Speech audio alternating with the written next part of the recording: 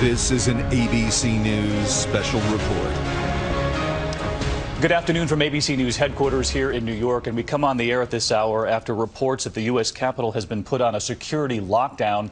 You're looking at live pictures right now of Constitution Avenue, and here's what we know so far.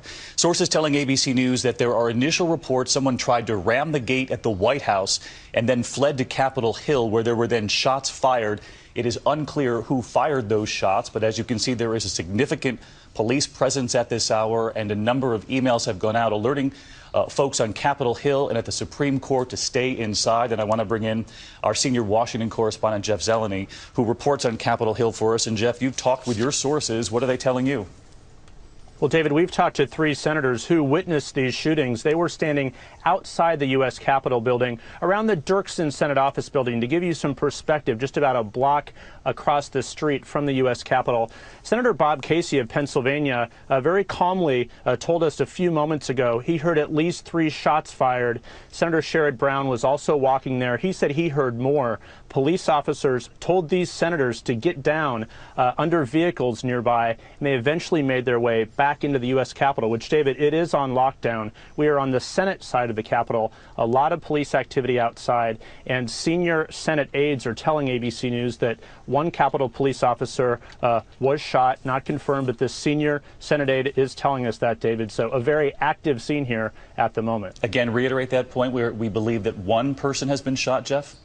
A senior Senate aide told me a short time ago that they believe one Capitol police officer was injured, was shot in this police activity. We do not know the severity of that, but that's what a Senate aide, a very high-level source here, told me just a few moments ago, David. We believe that we have the sound of that now, giving details of this possible officer shot. The report's coming in late this afternoon as we're on the air. Let's take a listen. I'm sorry, Senator, you said you heard shots? We thought we heard shots. We saw a lot of police cars, then we heard shots, and then the police told us to go back. We were simply walking back to our office. I'd say we heard pops that sounded like shots. How many did you We hear? heard pops. We didn't know. We heard pops, 3, 4, 5 pops probably. That I don't know if they were shots or not. And then the police told us to come. We were just walking. The police told us to come back. What side of the building were you walking on? We were not yet.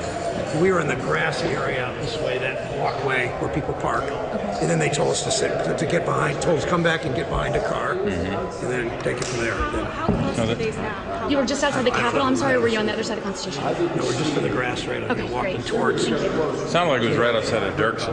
But we don't know yet. Right. No, that's fine. You see where they were coming from, a car or anything? No. Just a taste of the chaos at the Capitol at this hour. That was Senator Sherrod Brown there describing the shots fired. A number of witnesses hearing those shots fired outside the Capitol. It's believed that this might have started at the gate in front of the White House, someone trying to ram that gate and then driving on to Capitol Hill. Again, you're watching ABC News Live coverage. That shot is of Constitution Avenue, where there is a significant police presence at this hour.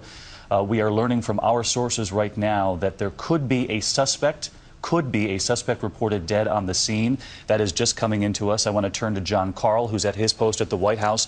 And John, before we came on the air, you were telling me of some activity at the gate that's in question. Yeah, and let me explain, David, where this happened according to these reports.